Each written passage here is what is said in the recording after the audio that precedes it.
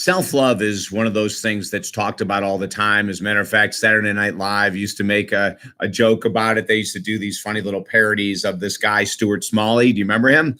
They used to say how much he loved himself. Well, I'm going to talk about self-love in a slightly different way today. And there's two things that we've got to let go of if we truly want to experience self-love, in my opinion. And we'll find out if you agree or disagree. Hey, this is David Essel, a counselor, master life coach, best-selling author over the past 30 years, doing these videos for absolutely free. We love to give this information out. I mean, my whole purpose in life has been just to create success in other people and in myself, of course. But I want to talk about self-love today. If you're not a member of the Daily Boost, what you're watching right now, David Essel's Daily Video Boost, please go to our website, talkdavid.com. Sign up for free. And you'll get Monday through Friday, 5 videos about 3 minutes long each during the week to help you achieve your goals. Take notes. Do not trust your brain, but definitely take notes, okay? So self-love is self-respect. Self-love is a self-admiration. Self-love is possible, but there's 2 major things in my work of over 30 years that I've seen that holds people back that we need to let go of. Take notes here. Number 1, self-criticism ongoing. The number of people that I talk to that are constantly putting themselves down in their own head with their self-talk, talking to others, is unbelievable. It's a form of self-sabotage. If you're constantly saying that you're too old, you're too young, you're not good enough, you're not smart enough, you're not rich enough, you're not thin enough, you're not beautiful enough, you're not, all of those things rip apart our ability to be in love with ourselves. Now, I'm not going to go as far to tell you to do those crazy, ridiculous affirmations that we've learned in these ridiculous programs like the Law of Attraction and The Secret, that you wake up in the morning and with enthusiasm and energy, you look in the mirror and say, I love myself completely. Because if you're not treating yourself, if you have a lot of negative self-talk, if you have negative self-talk to other people, if you have self-sabotaging talk to yourself, you can't be saying that you love yourself, because it's a lie. It's like someone that has an affirmation they learned in some ridiculous book where you wake up and say, I am a millionaire, when you're earning $50,000 a year or $30,000. It's all a lie. So number 1 is that you've got to remove the negative self-talk, the self-sabotaging conversation.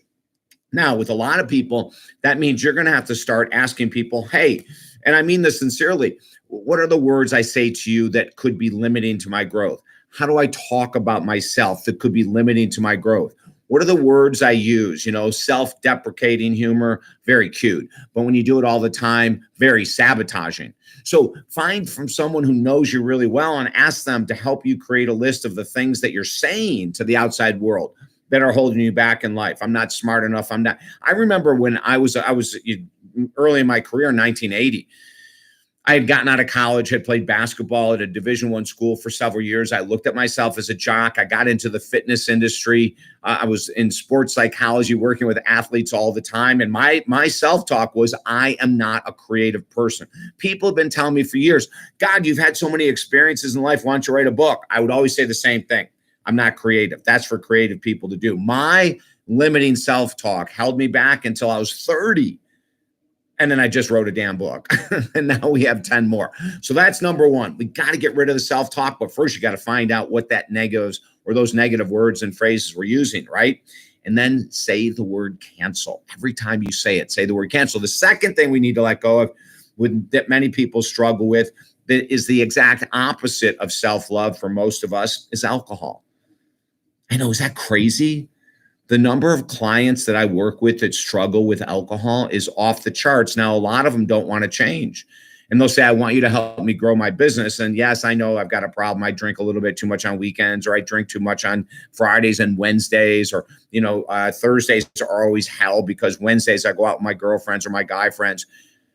Alcohol is an amazing sabotager of our pure potential. And I'm not just talking finances. Hell, when I was an alcoholic, I made a ton of money. So it's not just about making money that I'm saying you're sabotaging, you're not loving yourself, but alcohol is an exact sign of the opposite of self-love. Can you stop at 1 drink? If you can, enjoy that drink. If you can't, that's the opposite of self-love. Think about it. If I can help you at all, I would just love to, just absolutely love to. I remember, I want to go back before I end this. I want to make this statement. I remember all the years I was an alcoholic. I would say to people, I don't ever miss appointments. I'm never late for work. I'm never drunk at work. I'm never hungover at work. I mean, I drank every night. I drank to excess every night. It was the opposite of self-love, but I justified, rationalized everything. If I can help you at all, learn how to love yourself more. Just go to our website. We've got all kinds of programs available.